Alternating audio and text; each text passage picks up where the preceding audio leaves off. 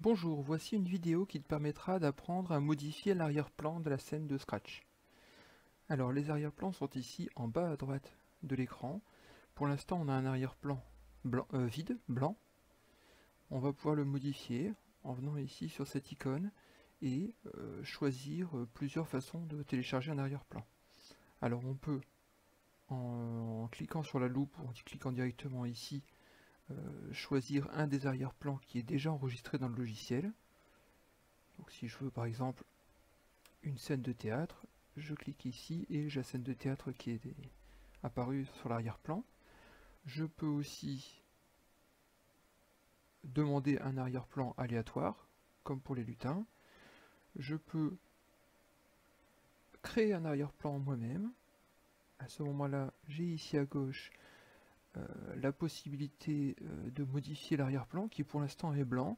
Alors je peux le modifier en ajoutant du texte, par exemple. Donc j'appuie sur le T, je clique ici et je peux écrire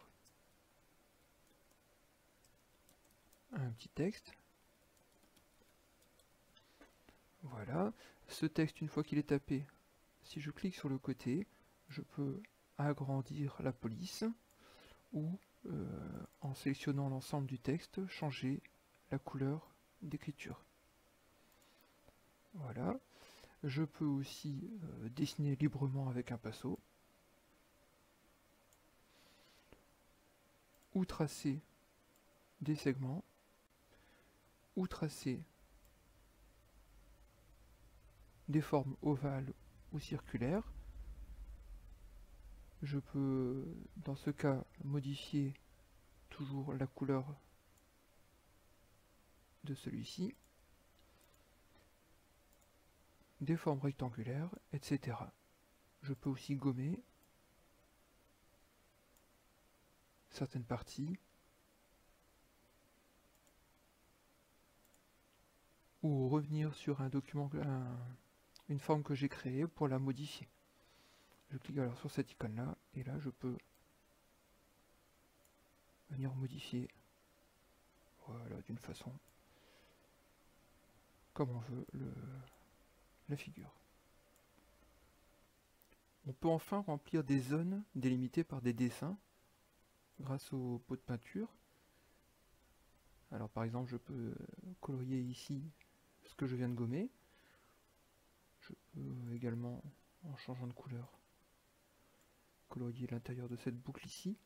Par contre, je ne peux pas colorier quelque chose qui est délimité par des lettres qu'on a écrites avec le texte. Par exemple, je ne peux pas colorier l'intérieur du haut de Bravo. Je peux enfin déplacer des objets avec l'outil sélectionné. J'ai dessiné cette forme-là, je peux la déplacer et la mettre ici, par exemple. Je peux aussi aller chercher un arrière-plan que j'ai dans mes fichiers. À ce moment-là, je vais faire importer un arrière-plan. Et là, je peux prendre l'arrière-plan en question pour travailler avec. Alors évidemment, je peux toujours continuer à modifier cet arrière-plan en ajoutant des éléments dessus.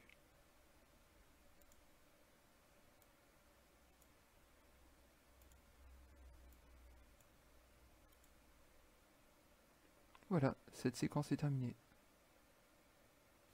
Oups, j'ai oublié de vous expliquer comment revenir au codage des lutins qui sont présents sur le jeu, une fois qu'on est sur les modifications de l'arrière-plan. Donc si on est en train de modifier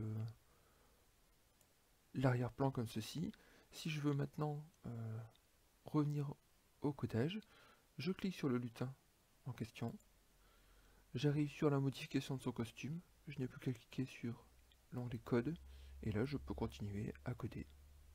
Là, comme ça c'est mieux.